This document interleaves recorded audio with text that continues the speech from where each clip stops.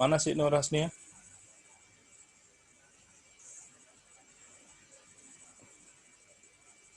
Oke, sambil kita lihat ya. Mana? Ah, Kaidir mana Kaidir? Ini mana Dir? Tunjukkan pesonamu.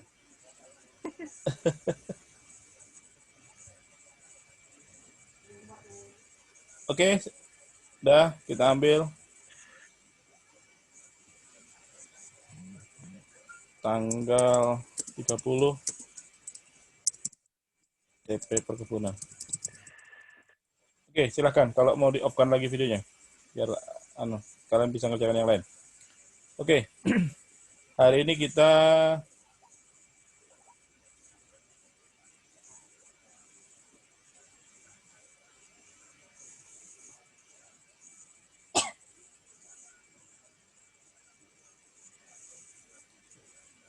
bicara tentang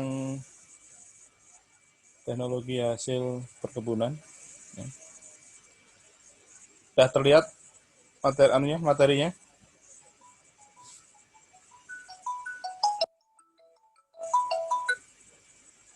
Ya lu, ya lu. Oh, astagfirullah. Iya, siap, bos, siap. Ah, oh, siap. Ispo. Oke, siap.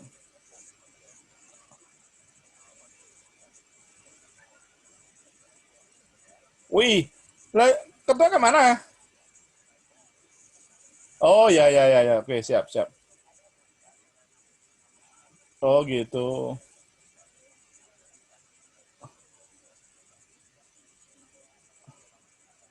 Siap, bos.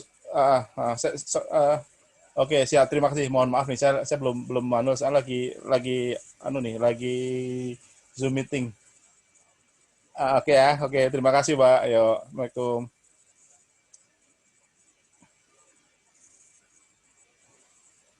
Oke, maaf ya, terganggu. Baik, kita lanjutkan. Jadi, biasa kita di pertemuan pertama, karena ini masih yang pertama, beberapa materi yang akan kita bahas nanti, Bapak jelaskan satu persatu. Yang kita dudukkan pertama adalah kontrak kuliah. Di sini terlihat kontrak kuliahnya. Untuk UAS 40%, untuk UTS 30%, tugas 20%, persensinya 10%. Ya. Yang ini tentang HP sel dan segala macam ini nggak perlu karena ini kemarin Bapak siapkan untuk kalau kita tatap muka. Rupanya sampai saat ini kita juga nggak bisa tatap muka. Oke, kita lanjutkan. Sebelum dilanjutkan, sepakat dengan ini? Yuk, hidupkan moodnya kalau ada yang kasih saran, kasih pendapat. Silahkan. Nur Hasnia, Fikri, Kaidir.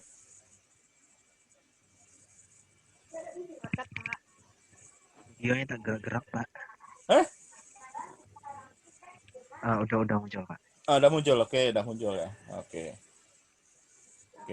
Nah, ini UAS 40%, UTS 30%, tugasnya 20%, absennya 10%. Gimana, Fik? Setuju aja sih, Pak. Setuju, oke. Nusania? Setuju, Pak. Oke. Fikri gimana, Fik? Sorry, Kaidir?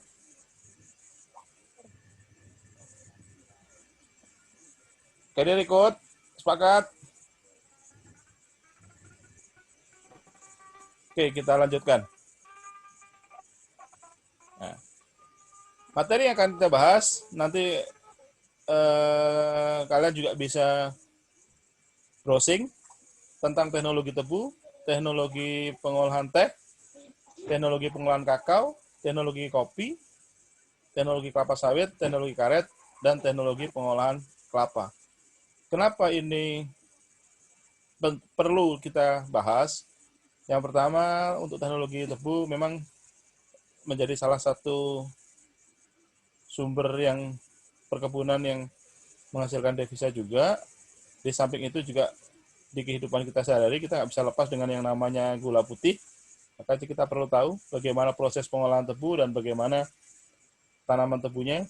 Tapi ini tidak semata-mata proses pengolahan gula kristal atau gula putih, tapi nanti juga bisa mengarah ke pengolahan gula merah yang berbahan baku tebu. Kemudian yang kedua, teknologi pengolahan teh. Nanti kita akan kenal bagaimana proses pengolahan teh, kemudian jenis tehnya, kemudian hasil olahannya, kemudian teh yang punya nilai jual atau nilai ekonomis tinggi. Itu ada tiga jenis, ada jenis-jenis tehnya, ada teh olong, teh hitam, teh hijau. Juga yang sekarang lagi in atau lagi tren yang mempunyai nilai tinggi adalah teh putih. Nah, teh putih adalah teh yang tanpa proses fermentasi, kemudian teh yang masih pucuk, masih dalam menggulung, itu yang diambil. Nah, kemudian yang tidak kalah pentingnya adalah pengolahan kakao, pengolahan coklat. Nah, beberapa proses pengolahan coklat dan faktor penting pada pengolahan coklat. Kemudian kopi, ini sekarang lagi digalakkan oleh Indonesia dengan beberapa jenis kopi di tingkat kabupaten lagi digalakkan. Kemudian lagi ada pelatihan-pelatihan untuk barista kopi, dan kompetensi barista kopi juga lagi ditingkatkan. Yang kelima, ini adalah salah satu tanaman perkebunan yang menghasilkan devisa tinggi juga, yaitu adalah tentang pengolahan kelapa sawit, dan kebetulan ini juga lagi banyak di Indragiri Hilir atau daerah kita. Yang keenam adalah pengolahan karet, nanti akan kita bahas. Meskipun tanaman karet dan pengolahan karet sekarang lagi turun, dalam artian tergusur oleh kelapa sawit, tapi sampai saat ini belum ditemukan karet sintetis yang kualitasnya sama dengan karet alam, sehingga produk-produk karet alam itu sampai saat ini masih tidak memenuhi kuotanya.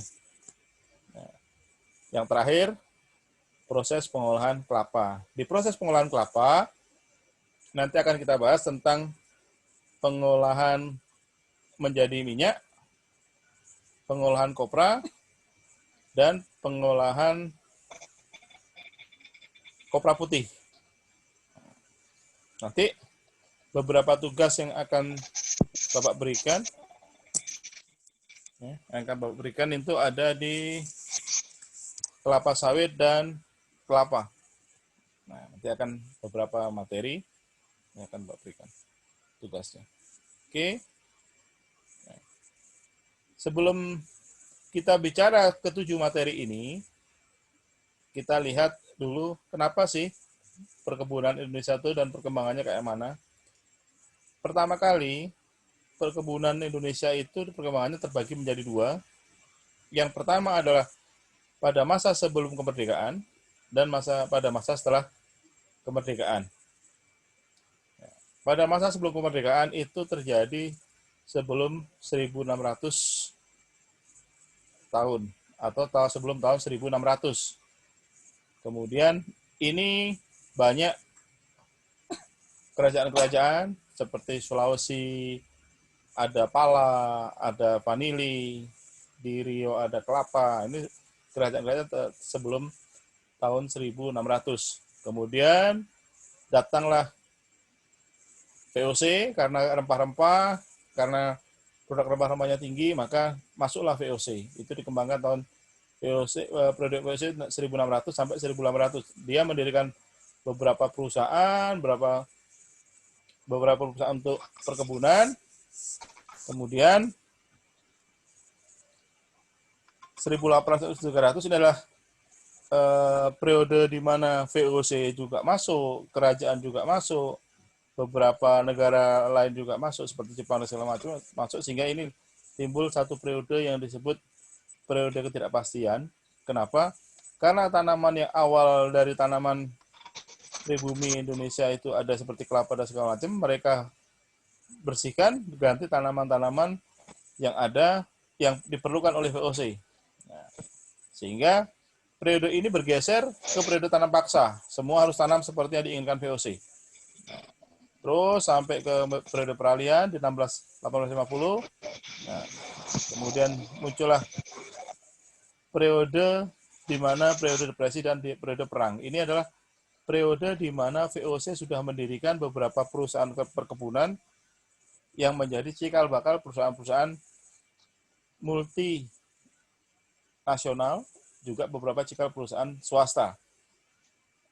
Salah satunya kalau yang di Tebu, itu ada perusahaan pabrik giling.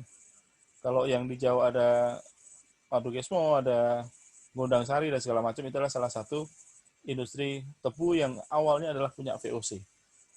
Kemudian kalau yang di Sumatera, karena banyak kelapa sawit, pertama kali dikembangkan, itu seperti Sokvin, kemudian PTP, itu adalah awalnya punya Belanda. Yang kemudian setelah kemerdekaan, semua perusahaan-perusahaan besar milik Belanda itu diambil alih oleh Indonesia, dinasionalisasi menjadi perusahaan PTP, menjadi PTP. Ada yang bergerak di bidang kelapa, ada yang bergerak di bidang kelapa sawit, ada yang bergerak di bidang teh, ada bergerak yang di bidang tebu sesuai dengan komoditi produknya. Kemudian, kenapa itu semua? Kenapa yang namanya perkebunan kok berkembang pesat dan menjadikan satu budidaya yang sangat potensial? Karena ada istilah tridharma perkebunan.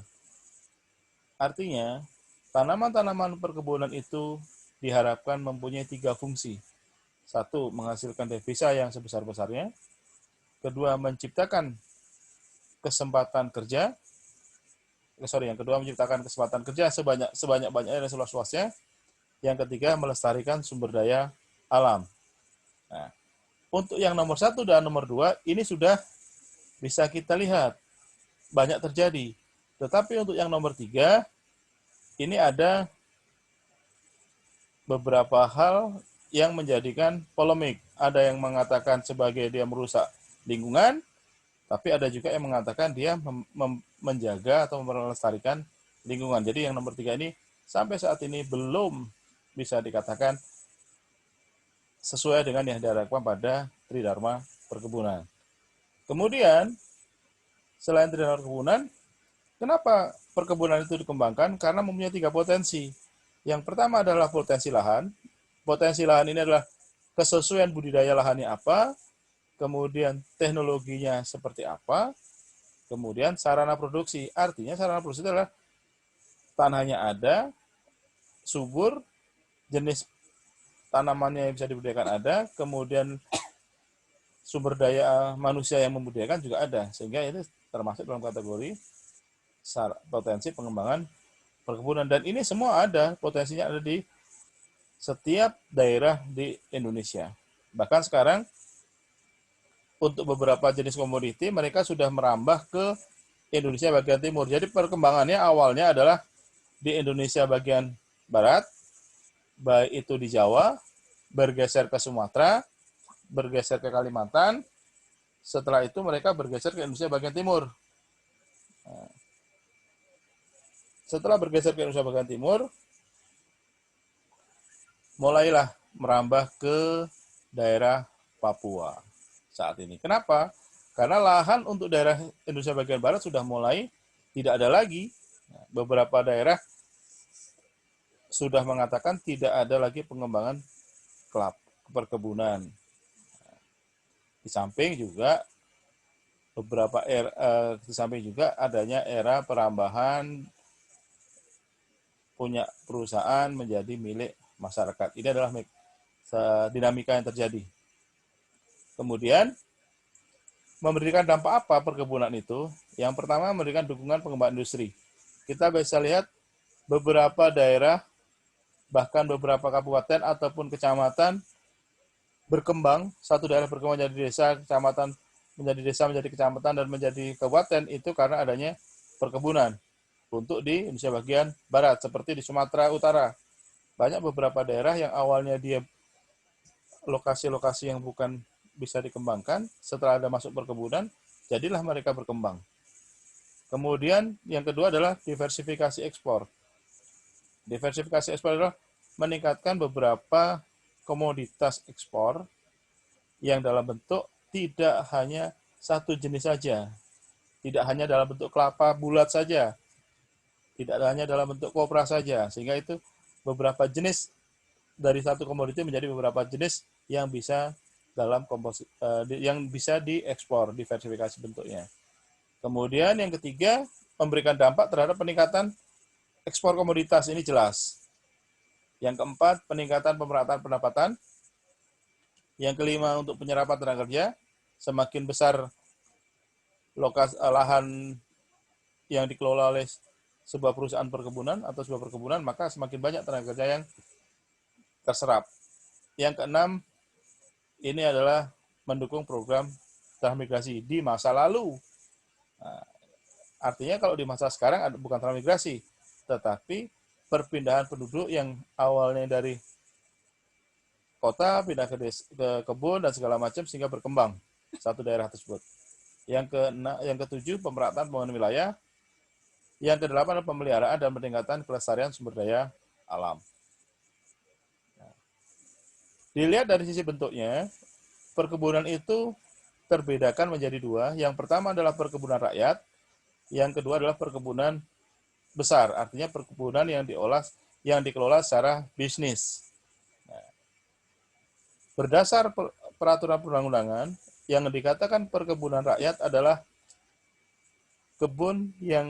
perkebunan ataupun lahan yang dikelola oleh rakyat dengan luasan tidak lebih dari 25 hektar, artinya paling luas adalah 25 hektar, dikelola oleh masyarakat dengan teknologi yang sederhana, dengan cara dan pola tanam yang sederhana, kemudian hasilnya juga untuk kebutuhan rumah tangga, itu adalah dikatakan perkebunan rakyat. Nah, perkebunan besar yang membedakan adalah satu, luas lahan yang dikelola atau tanah yang dikelola adalah paling rendah adalah 25 hektar sampai tidak terbatas. Nah, kalau yang di rakyat paling rendah maksimal 25 hektar. Kemudian yang kedua adalah dalam bentuk badan hukum, ada badan hukumnya, kalau yang rakyat tidak. Yang ketiga, keempat, kelima, dan keenam, ini adalah berhubungan dengan pola manajemen perusahaan. Adanya perusahaannya, adanya pengelolanya, adanya buruhnya, adanya pengembangan usahanya. Dan semua intinya pengembangan perkebunan besar adalah pada poin terakhir, business oriented. Jadi, kalau ini tujuannya untuk bisnis, kalau ini tujuannya untuk menyambung hidup atau kemasyarakatan, bukan untuk bisnis. Nah, sehingga di sini bisnisnya lebih tinggi, nilainya di sini tidak. Potensi perkebunan yang di Indonesia adalah seperti ini. Nah, kita bisa lihat. Yang warna biru adalah punya PTP, yang warna coklat adalah punya petani. Yang punya PTP sebesar 73%, yang punya petani adalah 27%. Artinya ini adalah punya perusahaan yang dikelola secara swasta dan ini adalah yang dikelola secara swadaya oleh petani. Nah, dari 73% ini dan 27% ini, komoditinya adalah yang paling banyak untuk kelapa sawit. Yang paling kecil adalah komoditi untuk kina.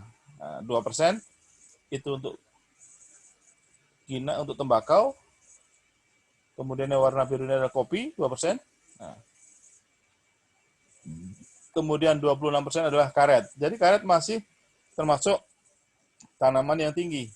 Nah, sekarang posisi kelapa di mana? Nah, kelapa itu tanaman perkebunan, tetapi khusus untuk tanaman kelapa tidak termasuk komoditas strategis perkebunan, sehingga dia tidak masuk dalam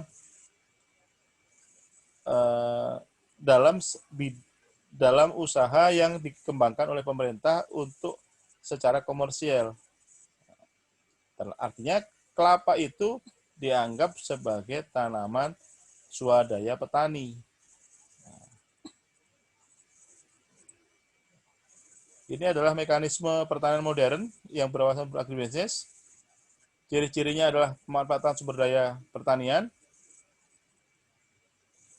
kemudian diversifikasi komprehensif, baik vertikal, horizontal, regional. Yang ketiga adalah rekayasa teknologi, spesifik pada lokasinya. Kalau dia di lokasi gambut, jadi bagaimana cara pengelolaan airnya, tata kelola airnya. Kemudian yang keempat adalah peningkatan efisiensi sistem agribisnis.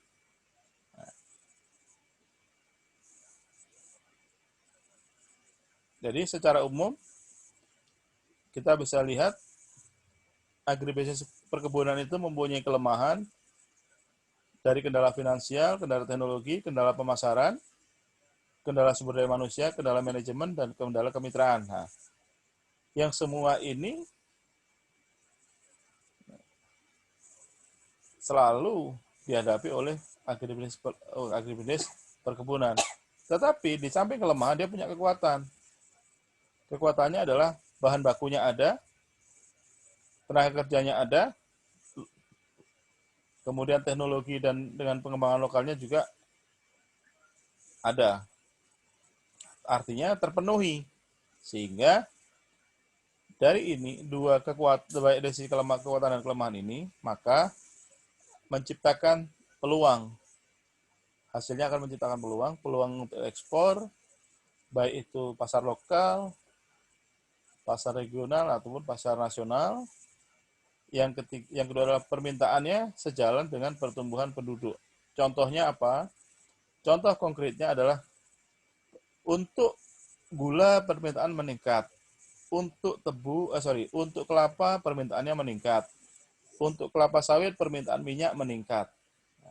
Tetapi ada peluang, ada kekuatan, ada kelemahan, ada juga tantangannya. Nah, tantangannya apa? Tantangannya banyak negara-negara lain yang juga mempunyai potensi sama. Nah, di samping tantangan yang ada dari dalam negeri, misal keamanan, sosial budaya, nah itu menjadi tantangan tersendiri dalam pengembangan usaha agribisnis perkebunan. Kemudian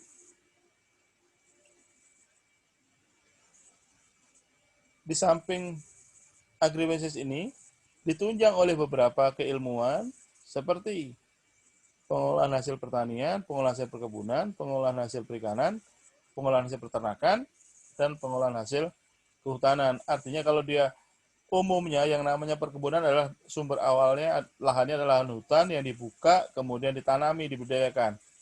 Nah, itu adalah awalnya, sehingga perlu ada teknologi pengolahan hasil kehutanan.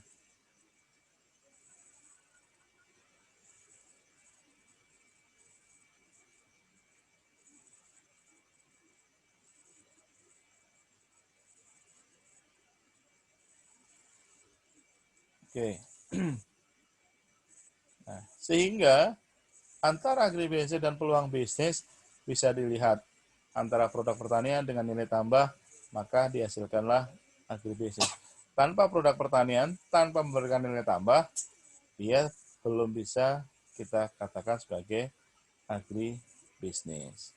Nilai tambahnya adalah konversi produk menjadi lebih bernilai, peningkatan nilai ekonominya, kemudian proses peningkatan penilaian konsumen terhadap komoditas. Sehingga salah satu usaha untuk menilai pertambahan nilai harus ada perbaikan mutu, menekan susut, penanganan pasca panennya, pengolahan hasil, dan diversifikasi produk. Pada perbaikan mutu jelas, setiap tanaman, setiap produk mempunyai kriteria mutu sendiri-sendiri. Nah, sehingga salah satunya adalah tidak boleh terjadi susut dari produk tersebut terlalu tinggi. Supaya apa? Supaya penanganan pasca panennya yang harus diperhatikan. Kalau untuk mendapat keberagaman mutu, menekan susutnya harus ada penanganan pasca panen yang diperhatikan. Di samping itu, pengolahannya dihasilkan untuk apa? Apakah hanya dalam bentuk bahan mentah? Apa bahan setengah jadi? Nah, kemudian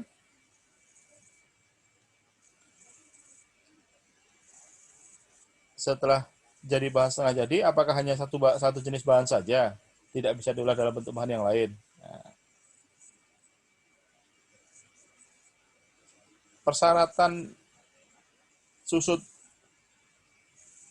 daripada produk di tingkat petani hanya boleh 5-10%, pengepul adalah 20-30%, pengolah hilir adalah 20-40%, distributornya adalah 20-15%. Ini adalah susut dari nilai tambah produk tersebut. Yang semua tadi bisa ditangani dengan kebijakan pemerintah, yaitu revitalisasi perikanan dan kehutanan, pertanian, perikanan, dan kehutanan. Salah satu revitalisasinya adalah menumbuh kembangkan usaha pertanian di pedesaan, kemudian menciptakan lapangan kerja, meningkatkan potensi perkebunan yang mampu menumbuhkan industri hulu, hilir, dan penunjang dalam upaya peningkatan daya saing. Dan ini merupakan salah satu butir dari nawacita Presiden Jokowi.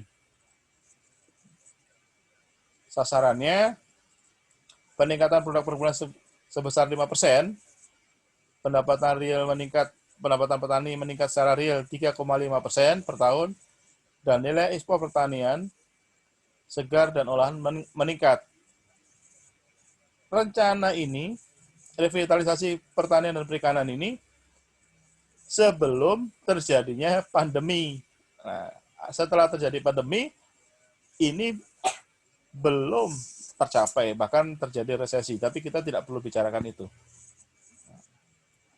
Mekanisme pengolahannya adalah pengolahan hasilnya, teknologi penanganan produknya sejak pemanenan, bahan baku, dan produk akhir. Kemudian menghasilkan komoditas, penanganan primernya. Kalau sudah ada komoditasnya, bagaimana perubahan fisik yang terjadi pada komoditas tersebut. Kemudian perlu adanya penanganan sekunder atau tidak. Kemudian terjadilah produk akhirnya.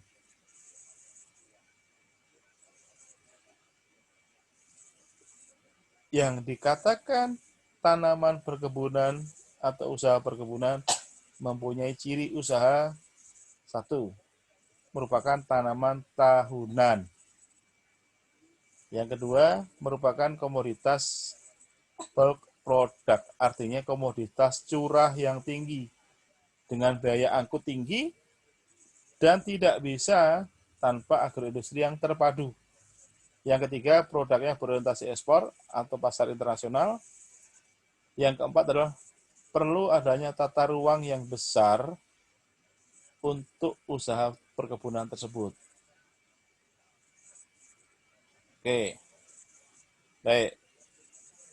Sampai di sini ada yang ditanyakan?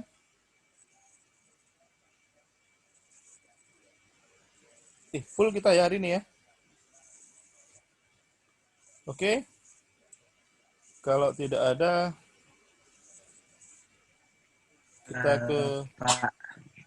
nanti pertanyaan di di Zoom ya. Di pertanyaan boleh dicek di Classroom ya. Oke, pertanyaan boleh di Classroom. Oke. Tidak nampak apa. Hah? Gimana, Sari? Tidak terlihat share-nya? Terlihat nggak share-nya? Terlihat ya? Oke. Sekarang kita bicara ke pengolahan gula tebu yang menjadi gula merah.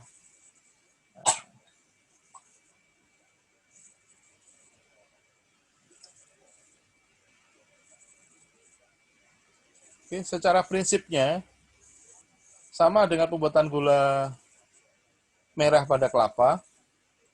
Ya. Prinsipnya adalah sama. Gula merah pada tebu adalah gula yang istilah umum adalah karbohidrat, tetapi dalam industri industri pangan biasa dikatakan sebagai sukrosa. Menurut asalnya, bahan pemanis dapat dibedakan menjadi dua, alami dan buatan. Pemanis alami itu ada tebu, ada singkong, ada aren, ada kelapa, ada jagung, ada nipah, ada stevia rebaudiana. Ini adalah bunga, yang bunga itu menghasilkan gula 100 kali daripada tebu. Yang kedua adalah pemanis sintetis.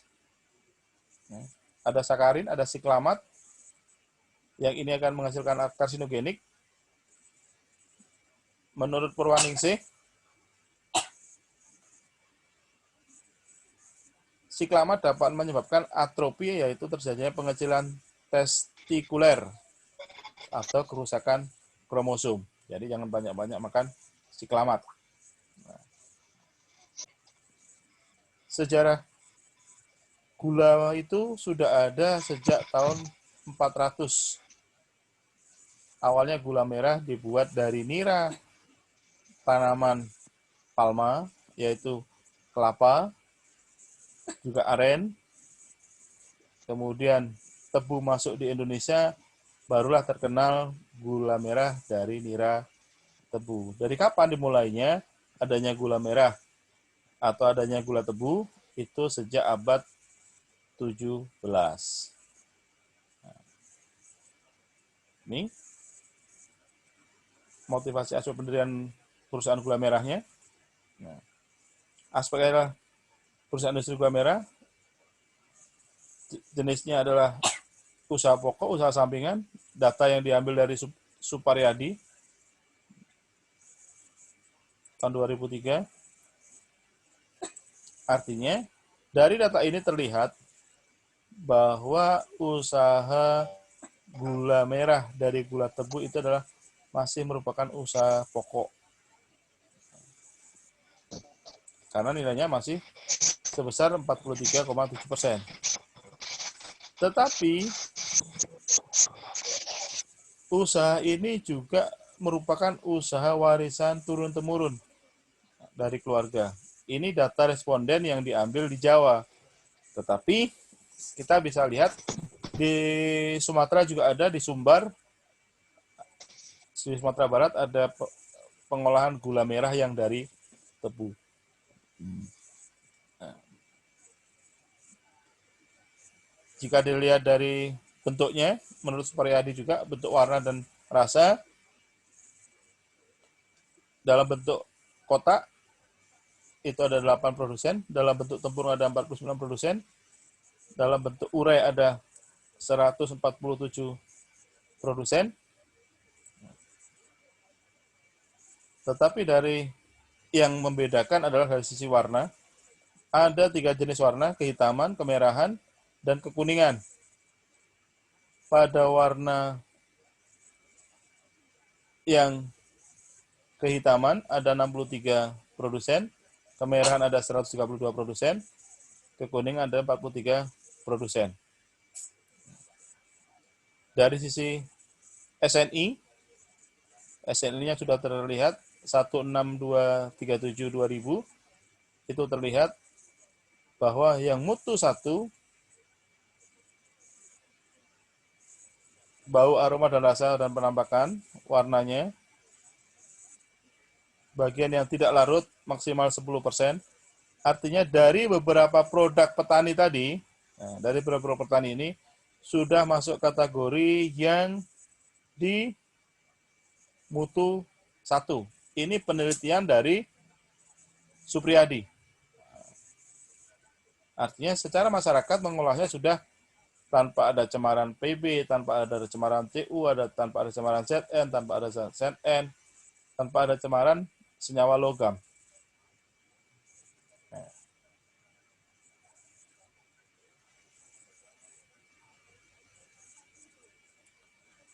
Masalah yang muncul dari proses pembuatan gula tebu adalah kadar air dan persentase air yang dikandung oleh gula tebu.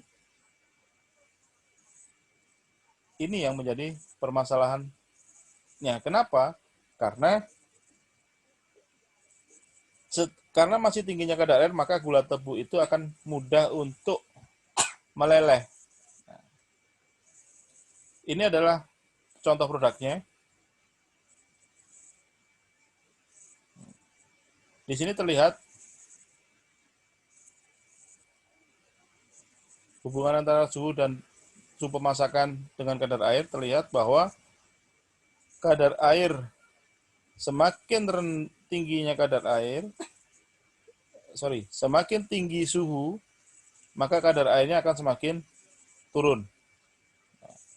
Sampai pada titik pada kadar air 4,5%. Semakin tinggi suhu pemasakan nira, akan diperoleh gula dengan kadar air yang semakin rendah. Hal ini disebabkan pemanasannya lebih lama sehingga lebih banyak air yang menguap.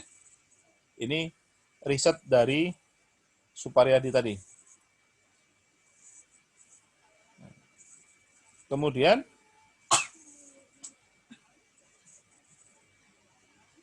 kadar air gula tadi yang menghasilkan kadar air pada posisi 3% di suhu 100 derajat, terdapat dua jenis pH yang berbeda. Nah, inilah jadi permasalahannya, sehingga akan muncul rasa asam pada gula tersebut. Kemudian yang kedua, ini masalah kadar air dan pH, masalah kadar air dan pH. Yang kedua, yang diamati pada penelitian ini adalah masalah kadar sukrosanya. Nah, di sini terlihat sukrosa adalah salah satu senyawa disakarida terbentuk melalui proses fotosintesis yang ada pada tebu-tebuan. Pada proses tersebut terjadi interaksi antara karbon dioksida dengan air dalam sel sehingga yang mengandung klorofil. Ini adalah sukrosa. Kita bisa lihat pada pH yang rendah dan pH yang tinggi tidak ada pengaruh kandungan sukrosanya.